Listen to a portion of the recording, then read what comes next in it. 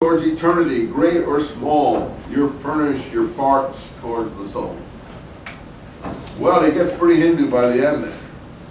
Everyone is one huge, perfect ensemble moving towards eternity, furnishing their parts to, I guess, one huge big world soul. That's his message. It's a good poem, don't you think, whether you understand what he's trying to say or not? Don't you think it's a good poem? Good poem. Hope you could write as well someday. I don't think I could do it. Anyone here think they could measure up? Shame, isn't it? We should all be able to do as well as that. Because he's not writing very sophisticated. All right, let's look at the last one. We'll finish up on old poor Walt. This may not be a purely religious poem, but I think it is probably his most beautiful poem in many ways. And it's unexpected. And it's also completely American. And it's a poem they don't read to you in your classes. When they read about Lincoln, they read this next poem here, "Oh Captain, My Captain." But this poem is like an incredible one of his long poems, and so people are frightened because it's long, but it's not that long. And he writes it right at the moment. You are there, better than a camera. You are there when Lincoln is assassinated.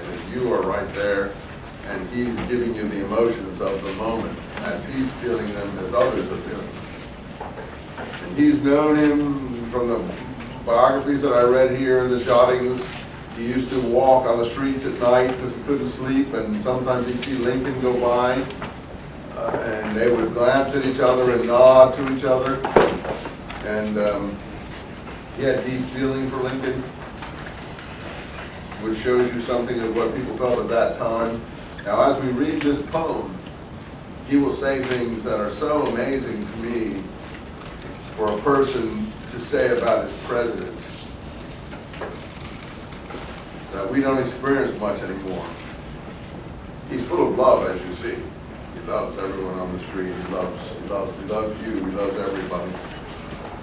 Yet he's also wants America to succeed. He's patriotic, tremendously patriotic. He's not cruel.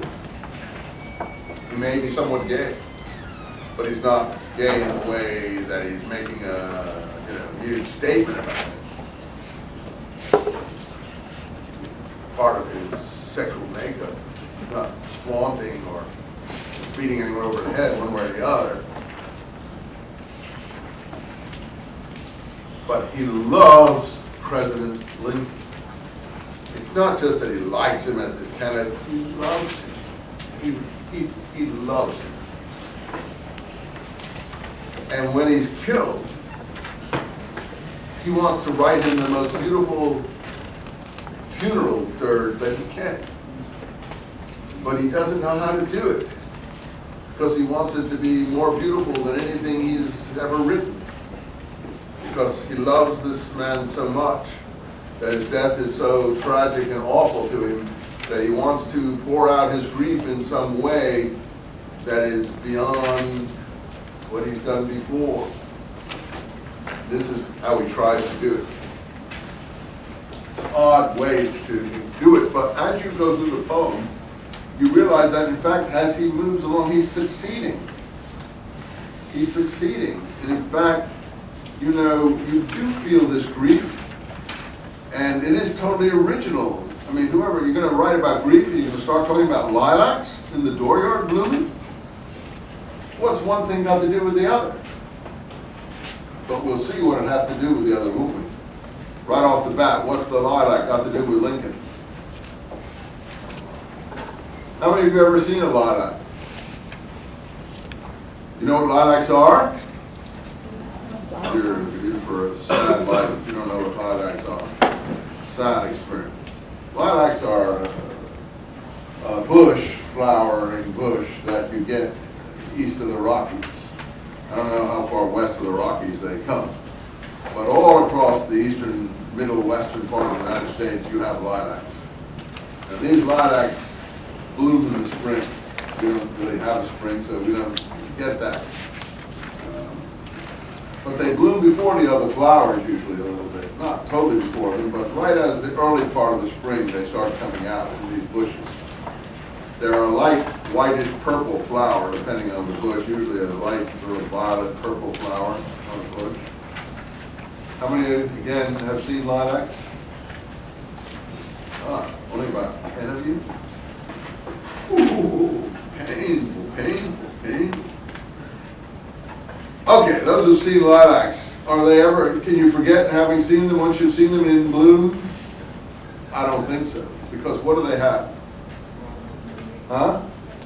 They have the most delicious odors you can imagine, sort of like orange blossoms have. You go to an orange grove when they're blossoming. It's just totally delicious scent and smell that it's just overwhelming. It's just beautiful. And there's no way that you can describe it if you haven't smelled it. And they do betoken springtime. So what is the connection with Lincoln and this lilac bush? He was killed in the spring? Huh? Was he killed in the spring?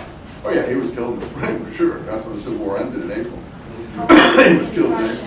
Huh? Alaskan depression. No, what it is he's going to take a sprig from the lilac and put it on Lincoln's coffin as it goes by. Shame on you guys. I know you haven't been reading this poem. You want me to do all the reading for you, don't you? You want me to do everything for you. Look, I've read